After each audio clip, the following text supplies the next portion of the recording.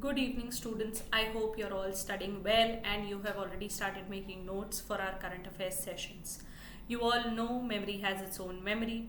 So always remember now is the time for a little bit of hard work because then we have a smart way ahead.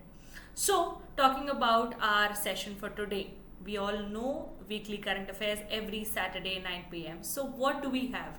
There are a lot of news that we'll be covering this week. So, let's begin. Let's try to understand what are we going to discuss. So, the first one, that is Pragati 2024.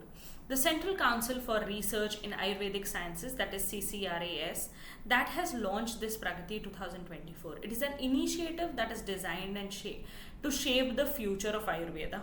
Okay, now the initiative here aims to explore the research opportunities, and it is in collaboration between CCRAS and the Ayurveda drug industry.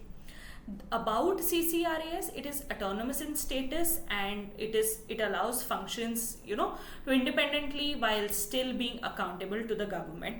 The headquarter for this is in New Delhi, and if you see the research activities that have taken place so far is medicinal plant-based research, drug standardization, pharmacological research, clinical research, literary research, and the documentation for the same. Moving ahead, the second news that we have here is changes introduced by IRDAI for health insurance policies. Now, understanding the same Insurance Regulatory and Development Authority of India, that is also known as IRDAI, they have introduced some significant changes in the health insurance regulations. Now, this is through a comprehensive master circular that on the health insurance products and consolidating and repealing almost 55 previous circulars. Now, this new master circular that we are discussing, it centralizes all the policyholders' entitlements, aiming to streamline and simplify health insurance publicly or policy norms.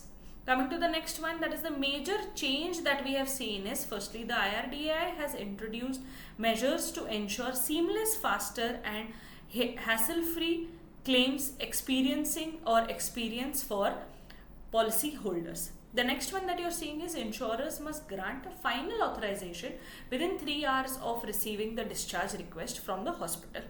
The next one is policyholders shall not be made to wait for discharge from the hospital.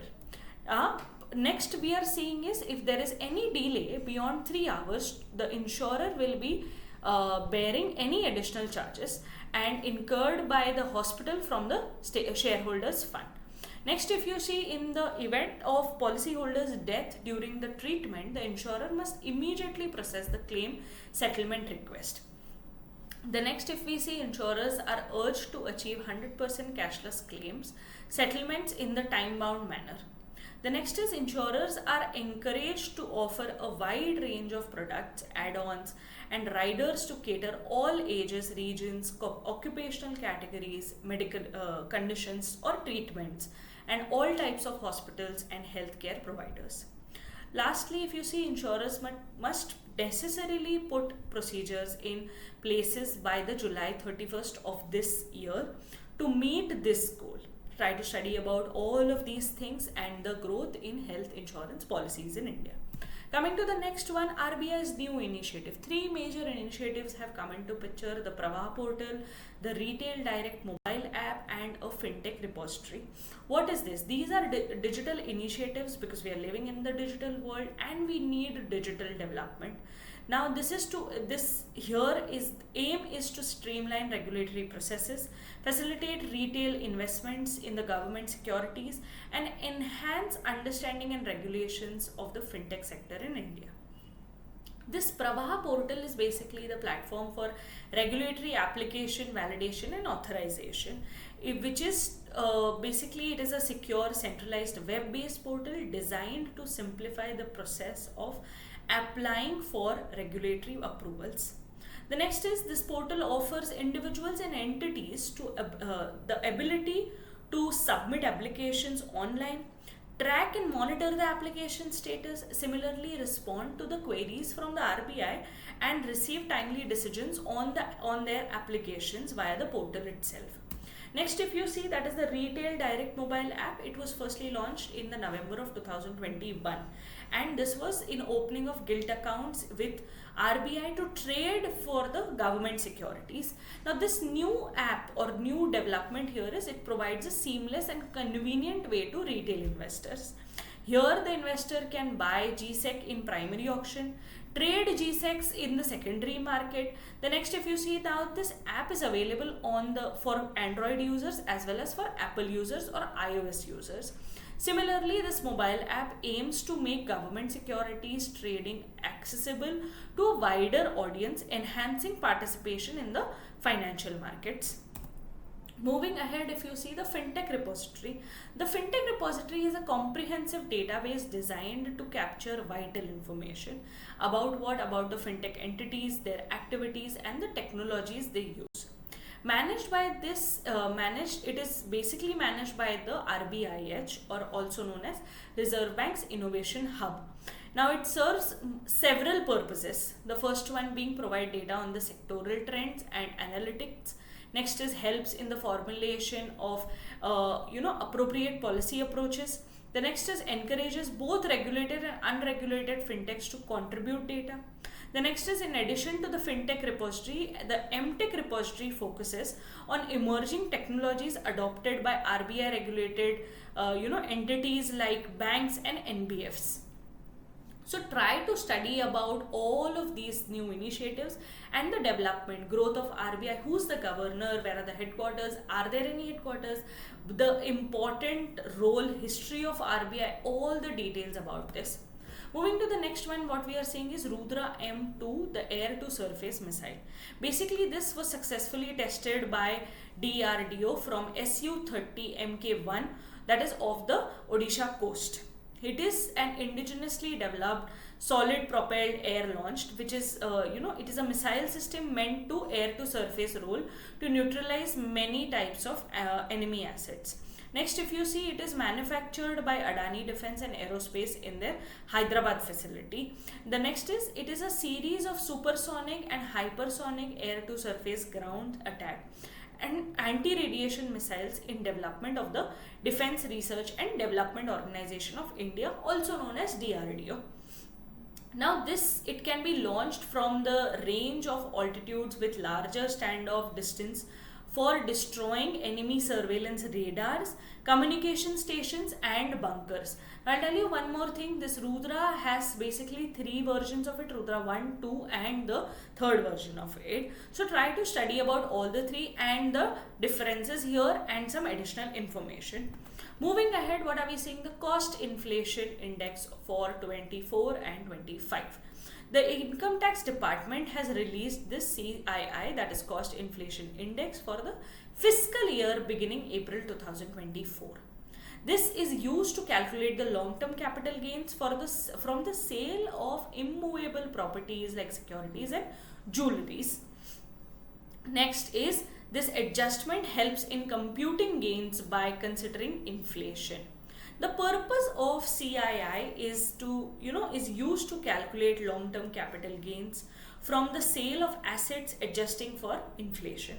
The next, if you see, the functions here is to help taxpayers to reduce taxable capital gains by indexing the sale price of assets to reflect current market values considering the inflation. The same understanding next is impact on the taxes. If you see, by indexing the purchase price of assets, the calculated profit, the capital gain here appears lower, resulting in the lower payable capital gains tax. The next is indexed cost of acquisition. When an asset is sold, the purchase cost is adjusted using the CII to reflect its inflation adjusted value. The government notification, if you see, for a specific year is set and issued by the Government of India before the end of the fiscal year for tax calculation purposes itself. Now the next one that we are seeing is WIPO's Treaty on Intellectual Properties, Genetic Resources and Associated Traditional Knowledge. The same here that we are trying to understand was, this basically treaty was adopted very recently. Now this was held under the aegis of WIPO at its headquarters, which is in Geneva. This was conducted on the May 13th to May 24th of this year. This is the 27th treaty that is adopted by under World Intellectual Property Organization, also known as WIPO. It is the first new treaty in a decade, which is highlighting its significance and the long gap since the last treaty. Similarly, the proposal was first introduced by Colombia in 1999, and the negotiations officially began in 2021 and culminated in this diplomatic conference. If you try to see, this treaty will come into force once it is ratified by 15 parties. So try to study about this, and not only about this, try to study about WIPO as well.